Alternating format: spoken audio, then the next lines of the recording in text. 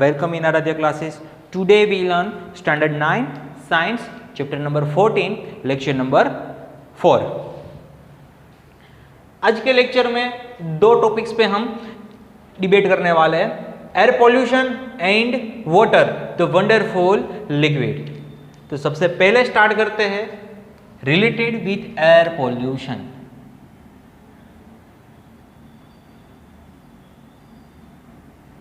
Air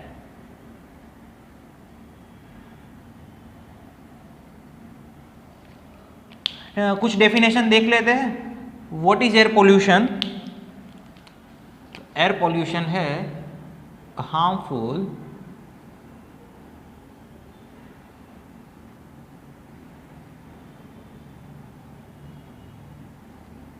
composition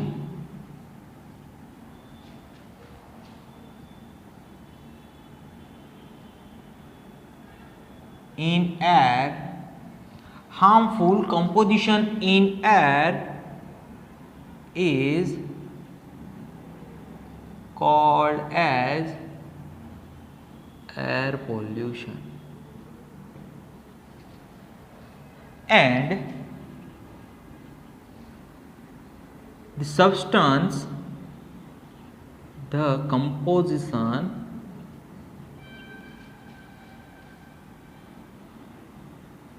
which is harmful is known as pollutant. Air और atmosphere में वो composition की वजह से जो ओरिजिनली एयर है, जो हमारा एटमॉस्फेयर है, वो क्या होता है? पॉल्यूट होता है। तो वो phenomenon known as air pollution and the composition, और जो कंपोजिशन है इसे हम बोलते हैं पॉल्यूटेंट्स। तो कौन से वो कंपोजिशन है वो हमारे एटमॉस्फेयर के लिए हैजार्डस है, हमारे लिए हार्मफुल है? तो वो कंपोजिशन है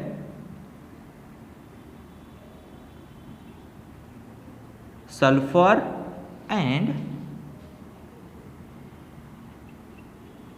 nitrogen oxides. Sulfurs and nitrogen oxides. How sulfurs and nitrogen oxides are formed? When we burnt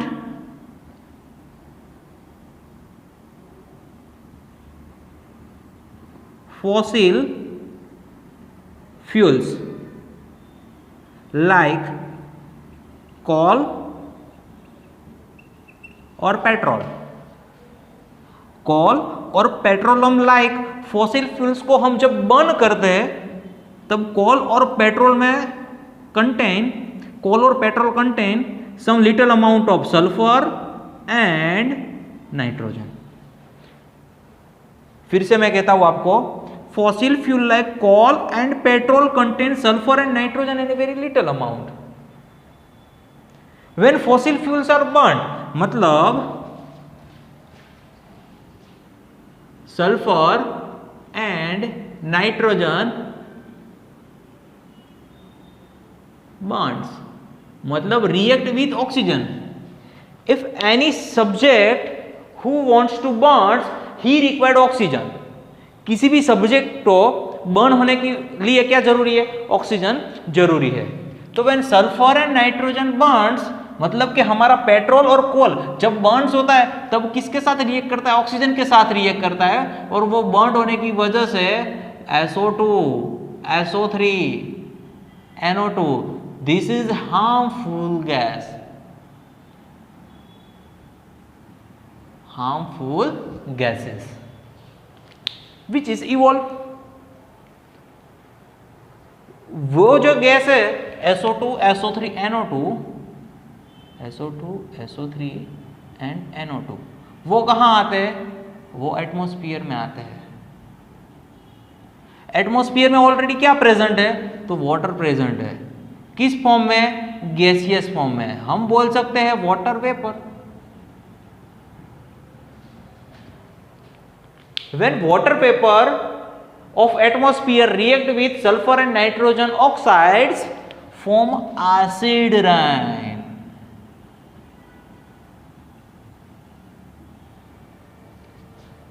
कई बार ऐसा होता है कि बारिश की वजह से हमारी स्किन इरिटेट होती है, रेड हो जाती है। क्यों रेड हो जाती है? क्योंकि जो रेन है, रेन का जो वाटर है वो वाटर में क्या मिला हुआ है? SO2, SO3, NO2. When SO2, SO3, NO2 react with water and form acid, and when this type of water fall down in earth is called as a acid rain. जब SO2, SO3, NO2 वाला water हमारी जो अर्थ पे आता है, पृथ्वी पे आता है, जो अर्थ की जो सरफेस है उन पर आता है, तो क्या कहलाता है? वो कहलाता है एसिड रेन। तो दोस्तों याद रखो, acid rain is one type of indication of air pollution. Acid rain क्या है? हमारा जो एयर पॉल्यूशन है उनका इंडिकेशन है। तो वो बहुत इंपॉर्टेंट है। Acid rain is indication of air pollution. दूसरा इंडिकेशन की बात करें तो वो है स्मॉग। क्या है? When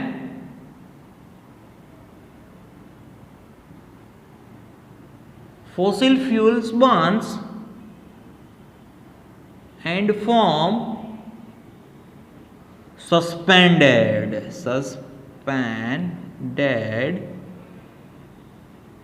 carbons particles called as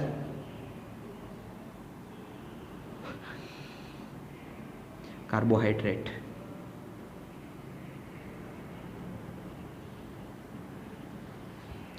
जब हमारा फॉसिल फ्यूल्स इम्प्रॉपरली बर्न्स होता है या बर्न्स होता है, फॉसिल फ्यूल्स बर्न्स होने की वजह से एटमॉस्फेयर में सस्पेंडेड कार्बन पार्टिकल्स प्रोड्यूस होता है। What is suspended form of carbon particles?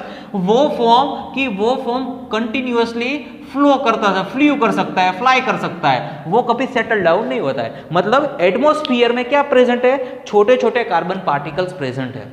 तो एटमॉस्फेयर में छोटे छोटे कार्बन पार्टिकल्स प्रेजेंट है, तो वो क्या कर सकते हैं? तो वो एटमॉस्फेयर की विजिबिलिटी को डिक्रीज करते हैं। मैं आपको एक एग्जांपल दूं कि आप किसी चार रास्ता पे खड़े हैं, चार रास्ता के आसपास कहीं भी व्हीकल्स हो गए, बहुत सारे व्हीकल्स हो गए, तो बहुत सारे व्हीकल्स में से बहुत सारा धुआं भी निकलेगा। तो धुआं क्या है? तो वो है हमारा कोल और पेट्रोल से निकलता हुआ फ्यूम्स। तो वो फ्यूम्स में क्या होगा? वो फ्यूम्स में सस्पेंडेड कार्बन पार्टिकल्स होगा। इसीलिए आप दोस्तों देखना, जब आप किसी भी क्रॉस रोड पे खड़े, चार रास्ता पे खड़े, तब आपको जो एटमॉस्फेयर है वो कैसा लगेगा? ब्लर लगेगा, फॉगी लगेगा, स्मोगी लगेगा। और यही फंडा आप अपने फार्म में जाके अप्लाई करो। तो आप किसी अच्छे से फार्म में खड़े हो, आसपास खुली जगह है, बराबर है, तो वहाँ कोई व्हीकल्स नहीं है, मतलब कि कोल और पेट्रोल का जो बर्न है, कंबस्टेशन, वो कंबस्टेशन नहीं हो रहा है, और वहाँ पे कोल और पेट्रोल का कंबस्टेशन नहीं है, तो इसीलिए एटमॉस्फेयर में कार्बन सस्पेंडेड पार्टिकल्स वो क्या है? एब्सेंट है। इसीलिए आपको अपने गांव की जो एटमॉस्फेयर है वो कैसे लगती है? क्लीन लगती है, फ्रेश लगती है। और सिटी एरिया की जो एटमॉस्फेयर है वो पूरे दिन धुआं की वजह से क्या लगता है? फॉगी लगता है, स्मोगी लगता है। और मैं रेस्पिरेशन की बात करूँ तो आप सिटी में हो गए तो आपको रेस्पिरेशन में थोड़ी बहुत दिक्कत आ सकती है जब आप बुजुर्ग हो गए तब। और गांव में बात करूं तो गांव में एटमॉस्फेयर फ्रेश होता है, तो वहां रेस्पिरेशन की कोई दिक्कत नहीं आती है। तो चलो मैं बात करता हूं कि फॉसिल फ्यूल्स में जो सस्पेंडेड कार्बन पार्टिकल्स है तो वो क्या करते हैं? Decrease the visibility. These suspended carbon particles may decrease visibility of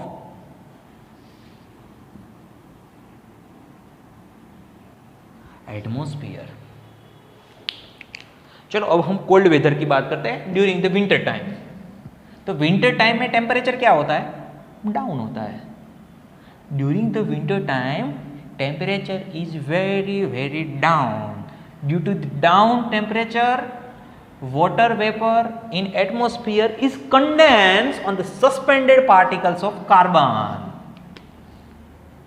दोस्तों याद रखो, during the winter time, during the cold time,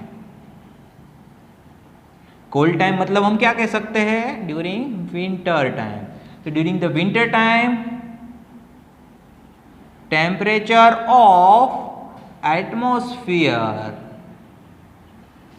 is very low due to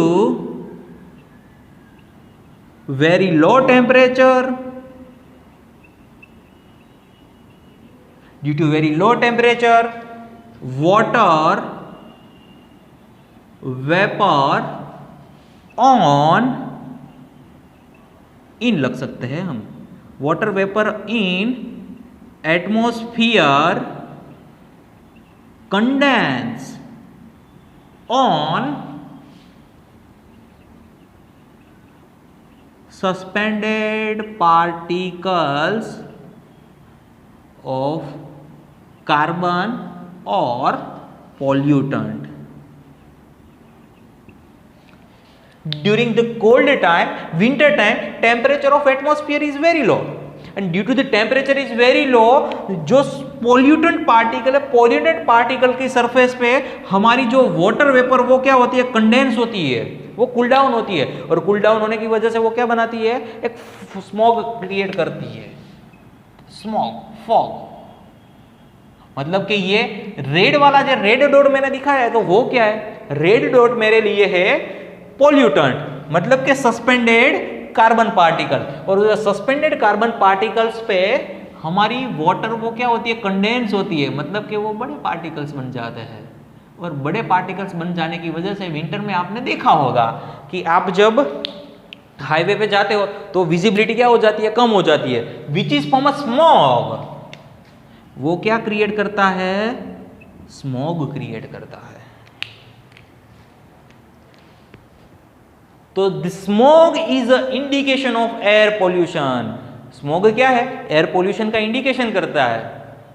आपने शायद देखा होगा न्यूज में कई बार आता है कि दिल्ली में दोपहर 12 बजे तक विजिबिलिटी नहीं होती है। क्यों नहीं होती है, क्योंकि दिल्ली में पॉपुलेशन क्या है, ज्यादा है। पॉपुलेशन ज्यादा है तो व्हीकल्स भी क्या है, ज्यादा है। व्हीकल ज्यादा है तो व्हीकल्स में से निकलता हुआ सल्फर डाइऑक्साइड, कार्बन डाइऑक्साइड भी क्या है, ज्यादा है।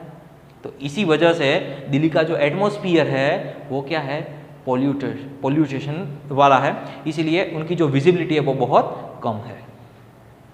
आगे बात करते हैं, कुछ ऐसे ट्रीज ऐसे है, कुछ ऐसे ऑर्गेनिज्म ऐसे है, वो SO2 के साथ very sensitive in nature, sensible in nature.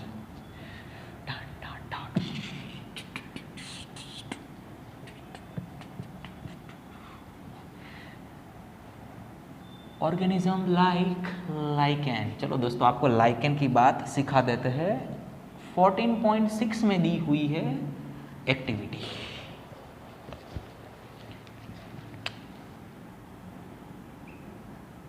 Activity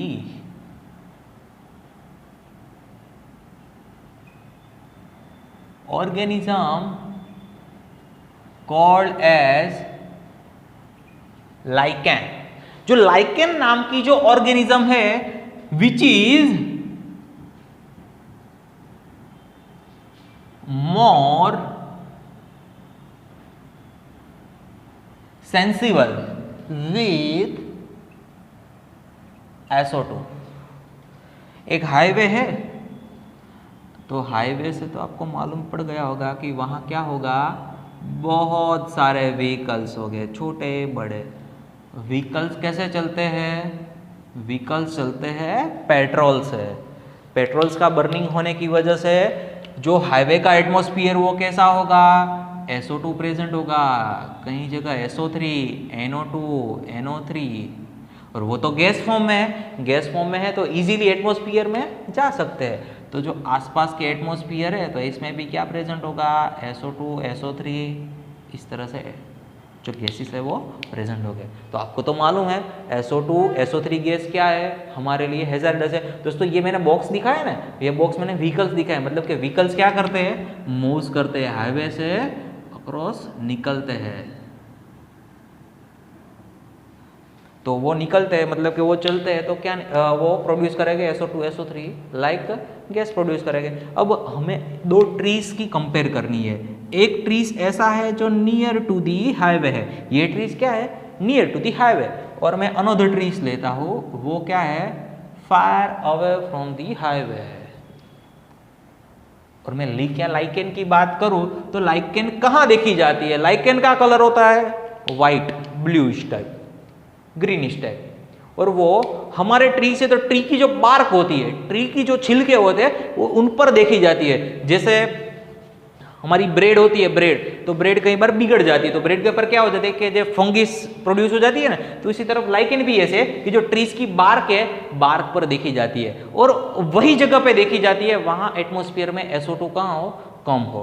SO2 atmosphere में जब डिक्रीज लेवल है, SO2 का लेवल डिक्रीज है, तो लाइकेन इजीली ग्रो कर सकती है। अगर एटमॉस्फेयर में SO2 का प्रेजेंस मोर अमाउंट में है तो लाइकेन्स ग्रो नहीं कर सकती है। तो आप सोच सकते हो कि ये एटमॉस्फेयर हाईवे के नियर है और ये एटमॉस्फेयर हाईवे की फार अवे है। तो जो एटमॉस्फेयर हाईवे में है, हाईवे के नियर है, तो उसमें क्या होगा, अमाउंट ऑफ SO2 SO3 ज्यादा होगा। अमाउंट ऑफ SO2 SO3 ज्यादा होगा तो लाइकेन का जो प्रोपोर्शन जो नियर हाईवे है ना, वो क्या होगा, कम होगा।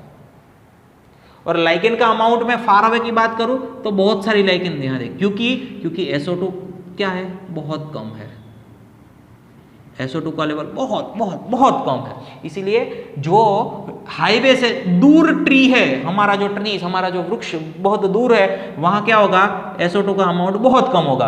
और जो ट्रीज हाईवे के नियर है, वहां SO2 SO3 का अमाउंट क्या होगा, ज्यादा होगा। तो लाइकेन्स का अमाउंट क्या होगा, कम होगा। फिर से बोलता हूं, जो ट्रीज हाईवे के नियर है वहां लाइकेन कम होगी, क्योंकि वो एटमॉस्फेयर में SO2 SO3 ज्यादा है, और जो हाईवे से दूर है उसमें SO2 एटमॉस्फेयर का जो लेवल है वो बहुत कम है, इसीलिए वो जगह पे लाइकेन क्या देखी जाती है, ज्यादा प्रमाण में देखी जाती है। चलो अब मैं यही ट्री की बात करता हूं, तो ये ट्री की दो साइड्स है, face with road and sides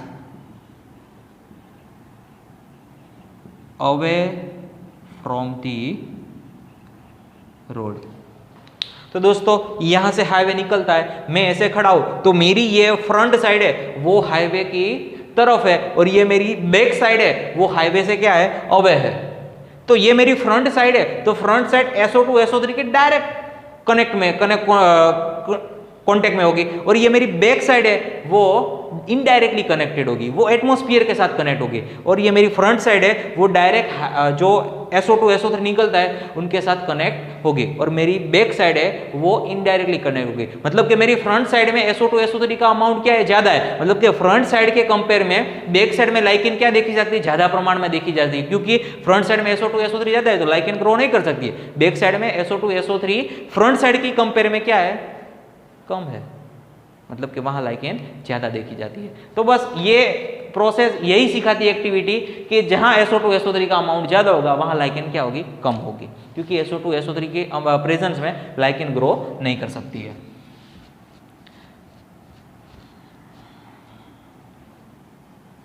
तो दोस्तों अब सीखना है ना कि वाटर पोल्यूशन क्या आ गया, वाटर पोल्यूशन का टॉपिक बाकी है अभी।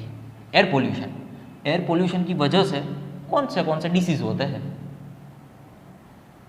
तो डिसीज की हम बात करें तो कैंसर, पहला कैंसर बहुत बड़ा रोग, एयर पोल्यूशन कॉज कैंसर। दूसरी बात मैं करता हूं तो रेस्पिरेटरी डिसऑर्डर,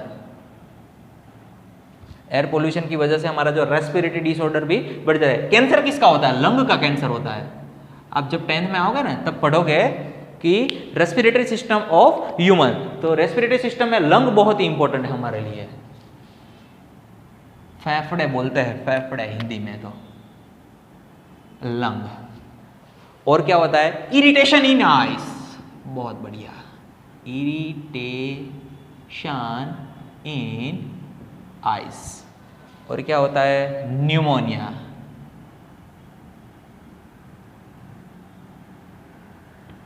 ये भी एक रेस्पिरेटरी सिस्टम का डिसऑर्डर की एक डिसीज है। तो वो मैंने लिखे कि कुछ डिसीज के नाम, कि वो क्या है, कि वो एयर पोल्यूशन की वजह से हमारी बॉडी में एंटर होते हैं। तो इसीलिए हमारी बॉडी को कैसी एयर चाहिए, प्योर एयर चाहिए, फ्रेश एयर चाहिए। हम सिटी में रहते हैं तो हमें जो एयर मिलती है वो क्या है, पोल्यूशन वाली एयर है। पोल्यूशन कहाँ से क्रिएट होता है, तो पोल्यूशन फैक्ट्री में से क्रिएट होता है, ये व्हीकल्स में से क्रिएट हो गया है। और कई सारी हमारी ह्यूमन एक्टिविटी है कि ह्यूमन एक्टिविटी की वजह से हमारी एयर क्या होती है, पोल्यूशन की शिकार होती है। तो दोस्तों यहाँ पे एयर पोल्यूशन की जो भी बात थी वो मैंने आपको बता दी। तो दोस्तों अब स्टार्ट करते हैं हमारा वाटर वाला topic, water the wonderful liquid. Water the wonderful liquid as well as water वाला टॉपिक है, वो भी क्या है हमारे लिए बहुत ही वंडरफुल है।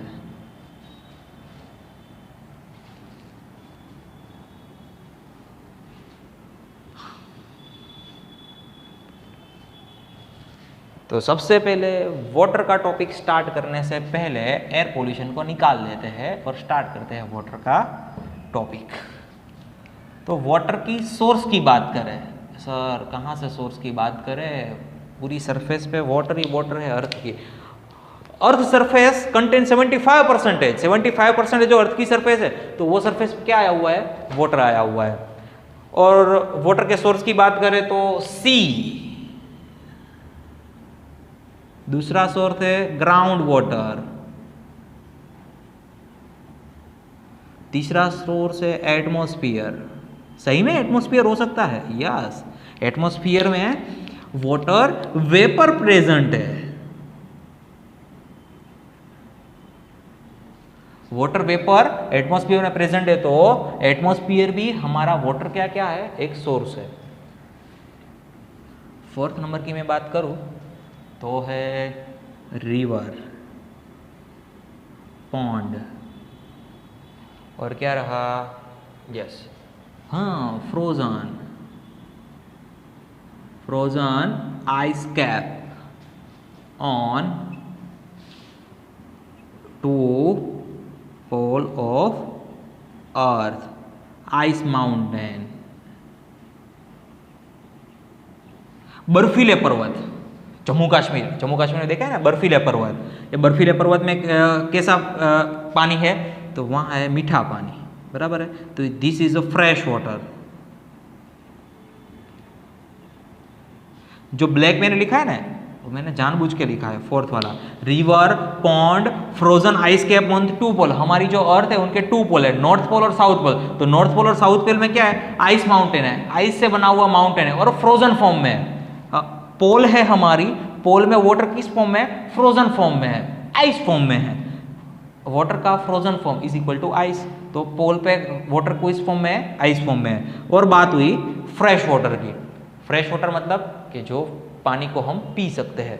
तो रिवर, पॉन्ड, फ्रोजन आइस, वो पानी को हम पी सकते हैं, उसका अमाउंट बहुत कम है। ये 75% वाटर है ना, 75% वाटर हमारी अर्थ पे, उनमें ये फोर्थ नंबर का अमाउंट बहुत कम है, इसलिए मैंने कहाँ लिखा, फोर्थ नंबर पे लिखा। लेकिन वही हमारे लिए बहुत ही इंपॉर्टेंट है। हमारी जो म्यूनिसिपालिटी है, जो हमारी गवर्नमेंट है, वो वाटर की जो अवेलेबिलिटी इंक्रीज करने के लिए क्या करती है,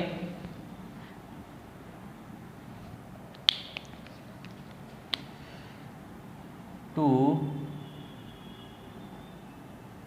इंक्रीज अवेलेबिलिटी ऑफ वाटर। तो म्यूनिसिपैलिटी और गवर्नमेंट काम करती है इंक्रीज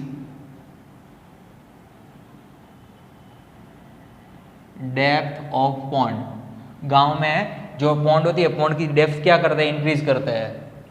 और क्या बनाते हैं, वेल, वेल मतलब कुआं, कुआं का अमाउंट जितना ज़्यादा होगा उतना पानी कैसे आएगा, ग्राउंड वाटर में डिपॉजिट होगा। जितना ज़्यादा ग्राउंड वाटर में डिपॉजिट होगा उतना ज़्यादा जो हमारी लैंड है तो लैंड की जो फर्टिलिटी है फर्टिलिटी इंक्रीज होगी। इसकी हम बात करें तो क्या करता है, डैम बनाता है। यस, जैसे ये रिवर जा रही है और ये रिवर कहाँ जाके स्टॉप होगी, तो सी में जाके स्टॉप होगी, समुद्र में जाके वो स्टॉप हो जाती है, बराबर है। तो दरिया में, समुद्र में बहुत सारा जो अच्छा पानी है, पीने लायक पानी है, वो चला जाता है। तो इसको हम स्टॉप कर सकते हैं। कैसे स्टॉप कर सकते हैं, डैम बना देते हैं और जो पानी निकल जाता है और वो पानी को हम क्या करते हैं, स्टॉप कर देते हैं, कैनाल फॉर्म करते हैं। क्या फॉर्म करते हैं, कैनाल। आपने नाम सुनी है ना, नर्मदा कैनाल। बहुत सारा गुजरात की जो एक लाइफ जो जीवादोरी समान है, नर्मदा कैनाल। तो वो कैनाल करके हम क्या कर सकते हैं कि जहां पानी नहीं है, बराबर है, जो प्लेस पे पानी नहीं मिलता है वहां हम पहुंचा सकते हैं। आपने कई बार देखा होगा कि गांव में जब समर का टाइम्स आता है तब हमारी जो मदर्स है, हमारी जो ग्रैंड मदर है, वो क्या करती है, पानी लेने के लिए दूर उसको जाना पड़ता है, बराबर। तो वो कम जाना हुआ है, इसीलिए गवर्नमेंट क्या करती है, वो सारे एक्टिविटी करती है कि वाटर का जो लेवल है वो इंक्रीज हुआ है, वाटर की अवेलेबिलिटी इंक्रीज हुई। और भी एक बात है, वो बात है प्लांट ट्री प्लांटेशन। वो जो हमारी लैंड है ना, लैंड में जो ह्यूमिडिटी इंक्रीज करता है। ट्री प्लांटेशन से क्या होता है कि जो हमारी लैंड की ह्यूमिडिटी इंक्रीज होती है। ह्यूमिडिटी इंक्रीज होती है तो लैंड क्या बन जाती है, फर्टिलाइजेशन बन जाती है, फर्टिलाइट बनती है। तो ये कुछ एक्टिविटी थी कि जो गवर्नमेंट करते हैं वाटर की अवेलेबिलिटी को इंक्रीज करने के लिए। चलो हम देखते हैं कि वाटर का इंपॉर्टेंस हमारी लाइफ में क्या है। Importance of water in our life.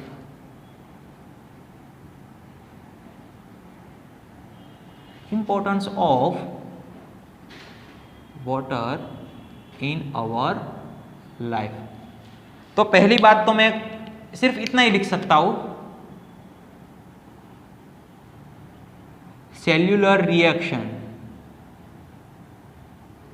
जो हमारे पर सेल, हमारा जो बॉडी है वो नंबर ऑफ सेल से बना हुआ है, बहुत सारे सेल्स है और सेल्स एक साथ मर्ज होते हैं और क्या बनाते हैं, हमारी पूरी बॉडी बनाया था। तो एवरी सेल को क्या चाहिए, वाटर चाहिए। एवरी सेल को रिएक्ट करने के लिए क्या चाहिए, वाटर चाहिए।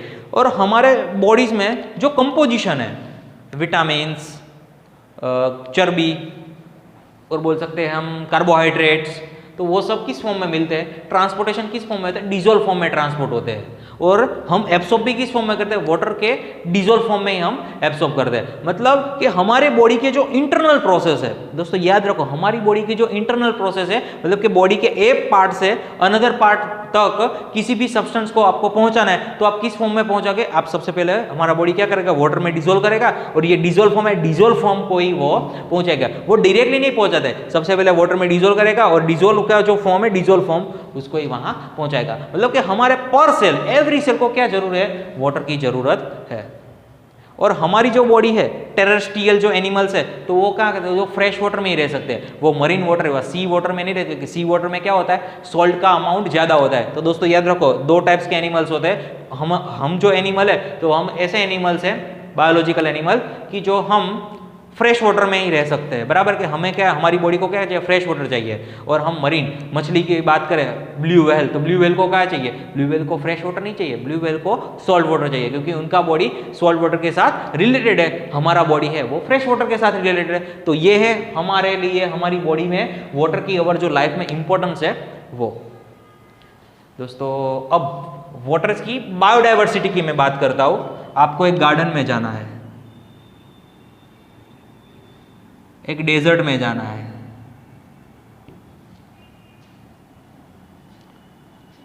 और आप जाओगे रिवर बैंक, मतलब के नदी किनारे, गार्डन। और गार्डन, डेजर्ट और रिवर बैंक, वहां जाके आपको क्या करना है, 1 मीटर लंबाई, 1 मीटर विड्थ, मतलब कि 1 मीटर लेंथ, 1 मीटर विड्थ वाला एक एरिया चूज करना है तीनों जगह पे। और आपको क्या देखना है कि नंबर ऑफ एनिमल्स और नंबर ऑफ ट्रीज,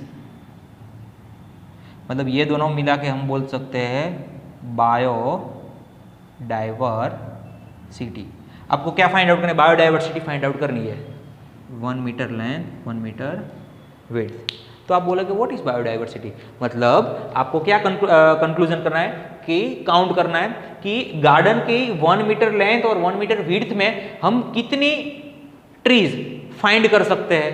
डेजर्ट में 1 मीटर लेंथ और 1 मीटर विड्थ का एरिया चूज करके हम कितनी डाइवर्सिटी मतलब कि एनिमल्स और ट्रीज फाइंड आउट कर सकते हैं। और रिवर बैंक के पास जाना है आपको और 1 मीटर एरिया चूज करके आपको फाइंड आउट करना कि वहां कितनी एनिमल्स है, कितनी ट्रीज है, कितने प्लांट है, मतलब कितनी बायोडाइवर्सिटी है।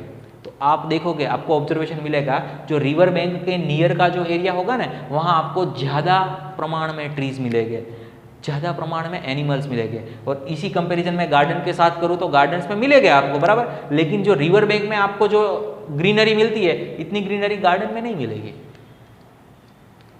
और बात करूँ डेजर्ट की, तो डेजर्ट में भी आपको इतनी ही नहीं मिलेगी क्योंकि डेजर्ट में तो पानी है ही नहीं, इसीलिए तो वो क्या है, डेजर्ट है, रन है। तो वहां पे आपको क्या नहीं मिलेगा, जो एनिमल्स जो ट्रीज गार्डन और रिवर बैंक में आपको मिलते हैं वो डेजर्ट में नहीं मिलेगा। या ऐसा भी बोल सकते हैं जो रिवर बैंक में हमें एनिमल्स और ट्रीज मिलते हैं वो गार्डन में नहीं मिल सकता, क्योंकि रिवर बैंक के पास अमाउंट ऑफ वाटर क्या है, ज्यादा है, मतलब एनिमल्स और ट्रीज का नंबर भी क्या होगा, ज्यादा होगा, सीधी बात है। हाँ, तो रिवर और बैंक में बायोडाइवर्सिटी क्या होगी, ज्यादा होगी।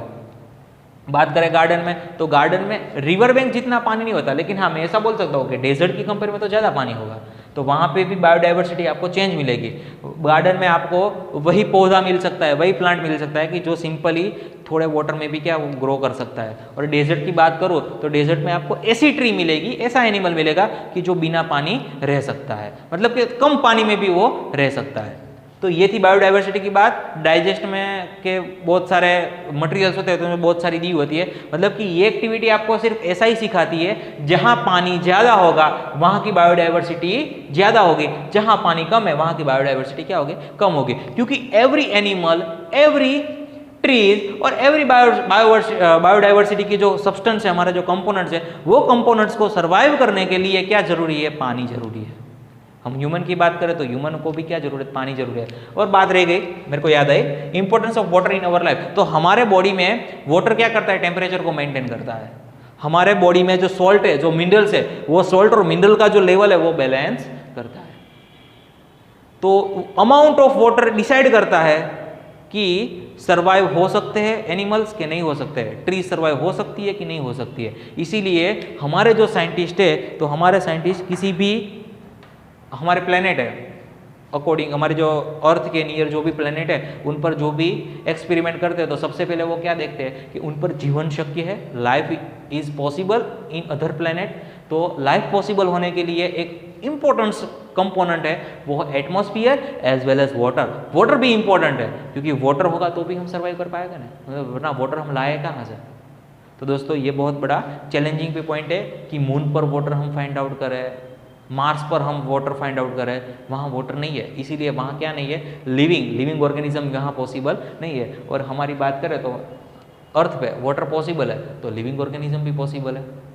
तो water wonderful liquid as well as very very very very useful. हम यूजफुल नहीं बोल सकते, जो चाहिए वाटर चाहिए तो भी हम जी सकते हैं, बराबर है। तो ये थे कुछ वाटर के रिलेटेड बातें कि वाटर कैसे होता है और क्यों जरूरी है। दोस्तों नेक्स्ट लेक्चर में हम जो देखने वाले हैं ना, जैसे आज के लेक्चर में एयर पोल्यूशन देखा, वैसे हम नेक्स्ट लेक्चर में देखेंगे वाटर पोल्यूशन, क्योंकि वाटर इतना इंपॉर्टेंट है फिर भी हम क्या करते हैं, वाटर को पोल्यूट करते हैं। तो किस तरह से हम वाटर को पोल्यूट करते हैं वो हम बात करेंगे नेक्स्ट लेक्चर नंबर 5 में। Thank you.